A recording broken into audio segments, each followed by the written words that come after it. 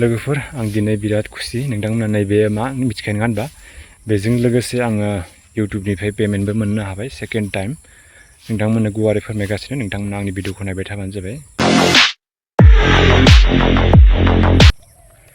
खुलुमबाय लोगोफोर दिनै नोंथांमोननि गेजेराव फार्स्ट टाइम आं नोंथांमोननि थाखाय मोनसे गुड निउस लाना फैदों। ओमफ्राय नोंथांमोना थाम्बनेल नुनानै मिथिखाबाय जानांगौ नङा होनबा दिनैनि दिनाव आं दिनै जोबोर खुसि लोगोफोर माने गोबाव समनिफ्रायनो इउट्युबाव खामानि मावबाय थादोंमोन बेजों लोगोसे ओमफ्राय आङो इउट्युबनिफ्राय फैसाबो मोनबाय ओमफ्राय बेजों लोगोसे नोंथांमोननो आङो नैबेखौ शेयार खालामनो सानदों दिनै।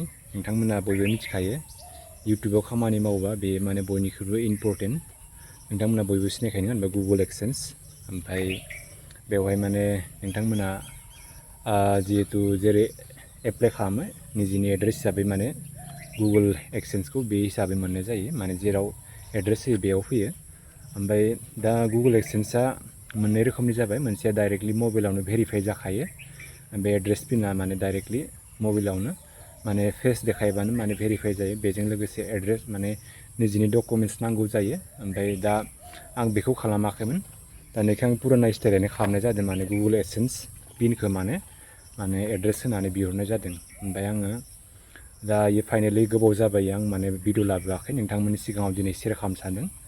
ओमफ्राय जाय नोंथांमोना बेखौ एप्लाइ खालामनो रोङा ओमफ्राय जाय नोंथांमोना जुदि इउट्युबाव खामानि मावनो सानदों बोरै खुलियो बोरै फैसा मोनो बेनि बागै सोंनोबा आंनियाव कुइसन खालामनानै सोंनो हागोन ओमफ्राय कन्टेक्ट खालामनानैबो नोंथांमोना सोंहरनो हागोन।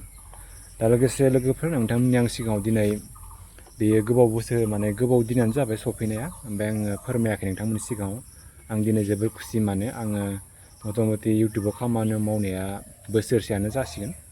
ओमफ्राय बेजों लोगोसे मोननै पेमेन्ट मोननाय जाबाय माने फार्स्ट टाइम बावबाय ओमफ्राय नै सेकेन्ड टाइम जाबाय। ओमफ्राय सेलेरिखौथ' माने इउट्युबनि सेलेरिखौ नोंथांमोना मिथिखायो फार्स्ट टाइमाव बारा मोनखाया नङा होनबा थेवबो जि मोन्दों आङो माने फार्स्टनिखौ आङो 25,000नि गोजौआवनो मोननाय जादों।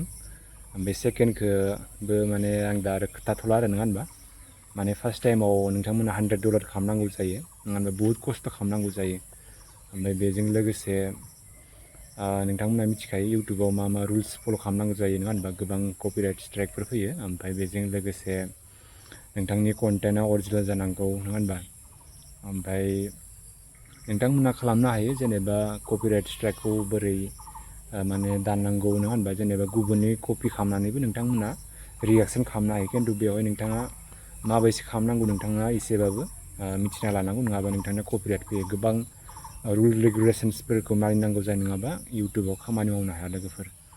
बेजों लोगोसे नोंथांमोना सोरबाफोर जुदि इउट्युबाव खामानि मावनो गोसो दंबा ओमफ्राय सोरबाफोर रोङाबा माबोरै खुलिनांगौ बोरै मा खालामनांगौ नङा होनबा गोबां दोङो स्टेप बाय स्टेप मावलांबाय थानांगौ नङाबा इउट्युबाव फैसा मोननो माने इजि नङा लोगोफोर।